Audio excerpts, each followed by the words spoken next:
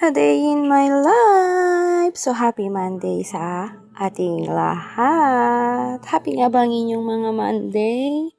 So, ito. Ito yung washing namin, pero hindi ko yun ginamit. Kasi nga, diba, tamad ako.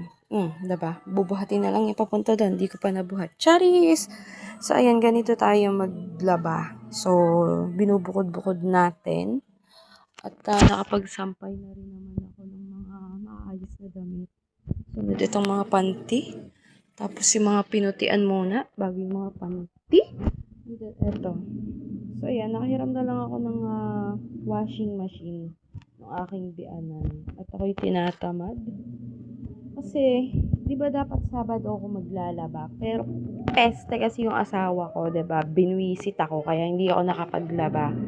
At Linggo, hindi rin ako nakapaglaba dahil nga, siyempre, nagsimba tayo, di ba? At nagpunta kami ng simbahan and then marami pa kami pinuntahan. So, mamaya na yung a day in my life natin ng Linggo. So, Lunes muna ngayon at ito na nga. Nakakatamad kasi Lunes.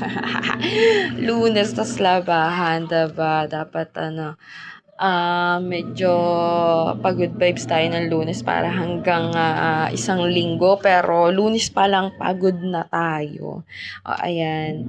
Hindi tayo nakapaglaba kahapon. Kahit na hapon na sana naglalaba ako. Pero hindi na ako nakapaglaba kasi nga may nasira na tobo dun sa may siwadi, dun sa may balitok. At mahina yung tulo. So, hindi na nga rin ako nakaligo. At mamaya na lang maliligo. So, yun lang. Thank you for watching.